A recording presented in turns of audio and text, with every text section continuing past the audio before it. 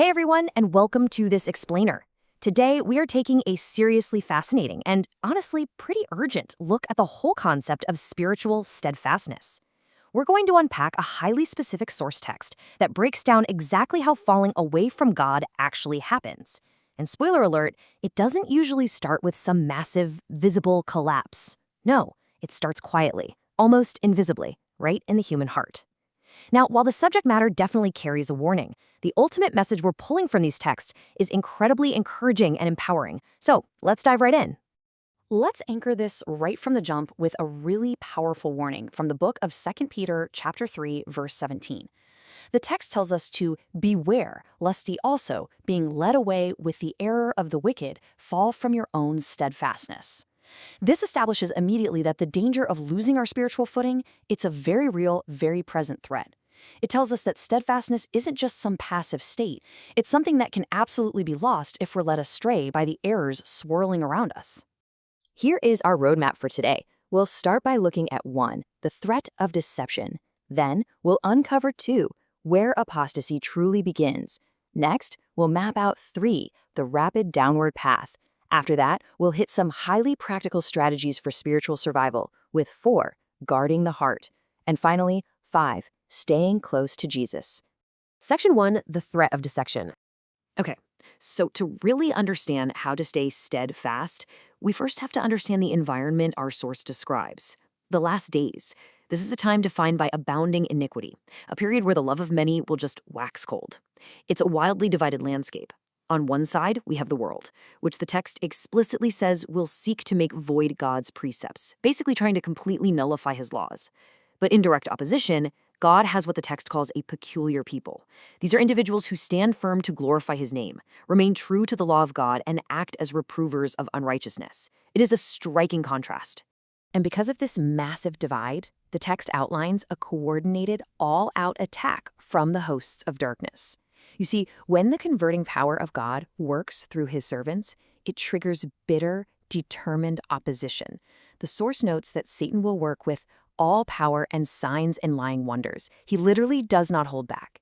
He employs every conceivable device of deception to seduce the souls of men.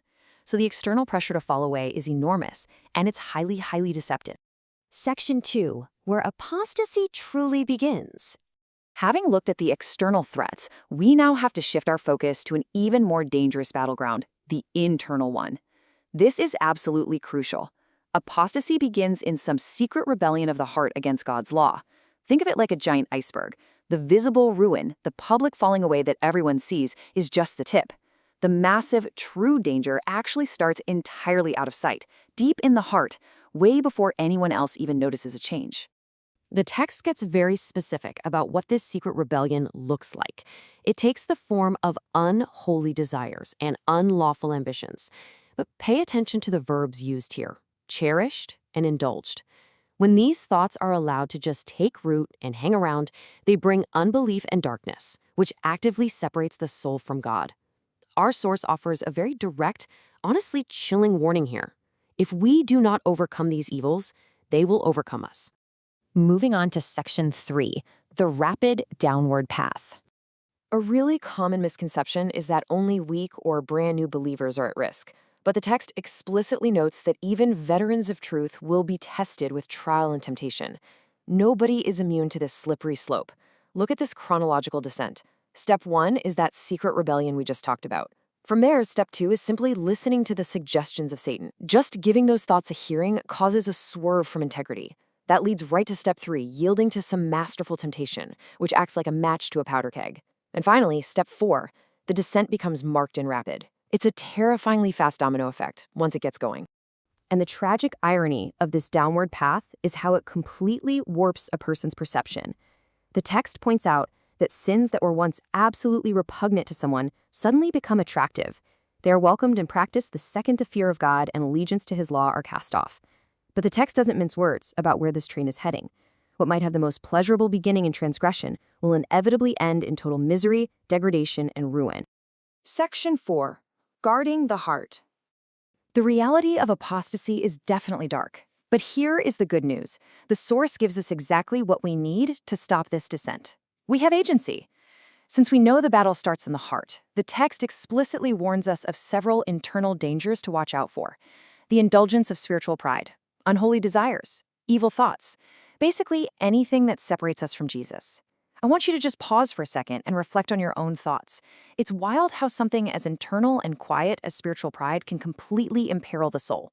We have to be incredibly self-aware. Because these threats are so subtle, so sneaky, the direct instruction from our source is that our primary defense mechanism is constant vigilance. The text says, we need to be constantly on our guard, to watch and pray lest we enter into temptation. You literally cannot put your spiritual life on autopilot. Guarding the heart requires active, daily, even moment-by-moment watching and praying.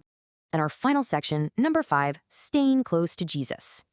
Watching your thoughts is your defensive line, for sure.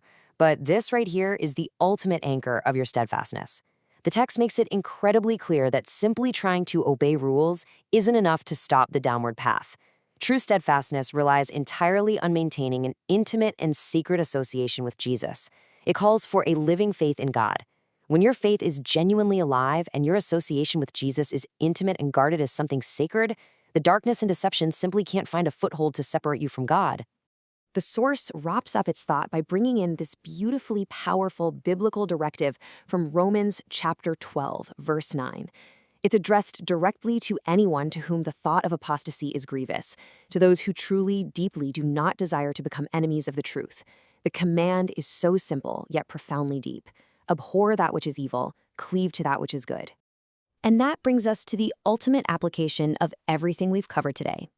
The path to ruin starts with a secret, indulgent thought. But the path to steadfastness, that is maintained by actively clinging to Jesus and fiercely guarding your heart.